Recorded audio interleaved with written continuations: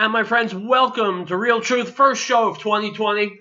I hope you had a safe and happy and exciting new year. Unfortunately, we're still on planet Earth, which means there's a lot of garbage going on that we don't like, and that's really why we're here, isn't it?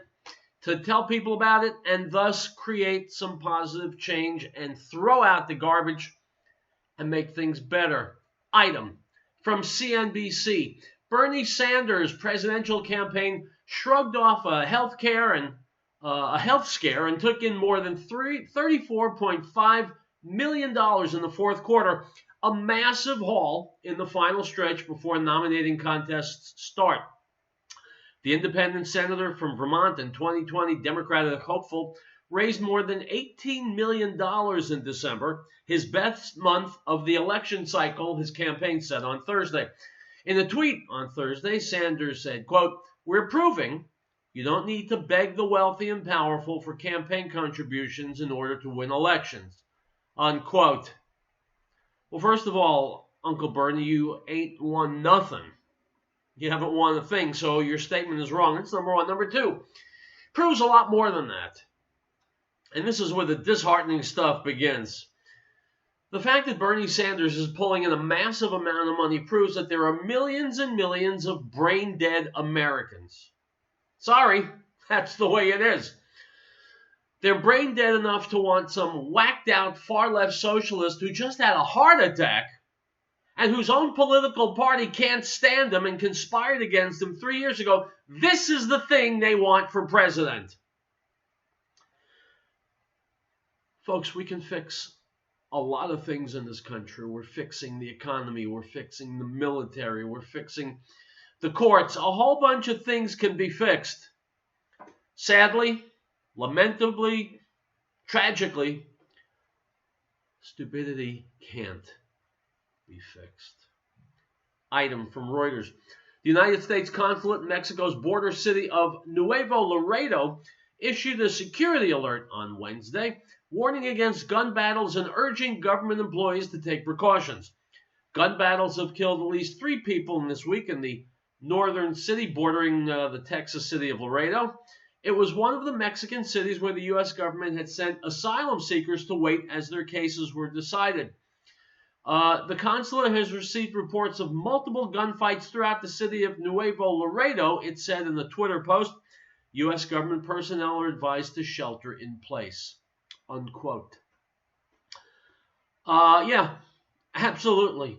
By all means, let's bring in to the United States by the millions. Let's import by the millions more and more and more people from a country with rampant and indiscriminate shootings, beheadings, bodies hanging from overpasses, drug cartels routing military forces, and a population that can't wait to get the hell out of it. Yeah, those are exactly the people we want coming here. Item from the New York Post. President Trump hit Twitter's send button more than twice as often in 2019 as in 2018. Trump sent more than 7,700 missives on the social media service in 2019, compared to only 3,600 in the previous 12 months. Of his 2019 blasts, some 3,000 were retweets.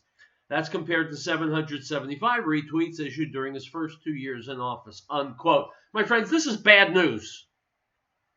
No. Understand me. It's not bad news that the president is tweeting, and a lot. I think that's fantastic. I think it's great. I wish he would send out more tweets. The bad news is why he feels the need to tweet.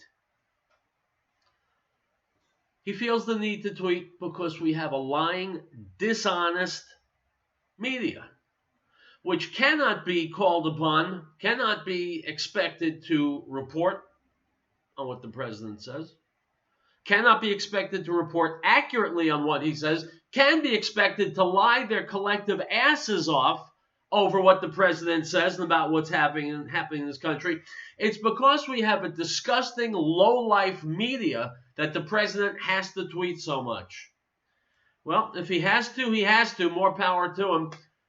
If you're on Twitter and you're not getting his tweets, if you're not tied into his feed or whatever they call it, you should be. Item from the Daily Mail. An Iranian general declared today that Tehran was not afraid of war after Donald Trump threatened the country following the siege at the U.S. Embassy in Iraq. Unquote. My friends, I'm delighted that the Iranians are not afraid of war. Good. Let's have a war, and about 10 seconds later, we can begin to clean up the radioactive glowing mess that used to be Iran.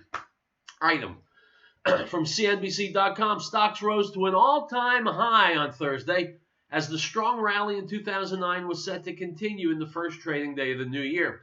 The Dow Jones Industrial Average advanced 209 points, or 0.7%. The Standard & Poor's 500 traded 0.5% higher, while the Nasdaq Composite gained nearly a full percentage point. Chip stocks led the way on Wall Street. Advanced Micro Devices was up by 6.5%, while Taiwan Semiconductor and Micron Technology both gained more than 2.5%. KLA and Intel rose by 2.4% and 1.5%, respectively. Apple was among the best performing Dow stocks, trading 1.7%. Unquote. Guys, all together now with me. 1, 2, 3. Thank you, President Trump. Folks, let's be real, shall we?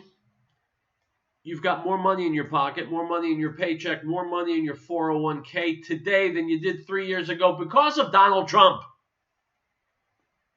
So when you listen to pieces of snot like Tom Steyer, who goes on TV in his ads, and because he's got so much money, he's got so many ads, calling Donald Trump a criminal and a lawless president, Steyer is a lying piece of garbage. Donald Trump has never broken the law. They've been investigating every molecule of his administration for the past 3.5 years. They found 0 crimes. Instead, in a couple of dozen different ways, America is demonstrably, palpably better off than we were only 3 years ago. It would be the height of insanity or America hating for people to vote against him in November of this year. He's followed through on his promise to make America great again, and our economy is great, and it will continue to get greater. The only thing that could stop it? Voting for Democrats. This is Real Truth. We'll be right back.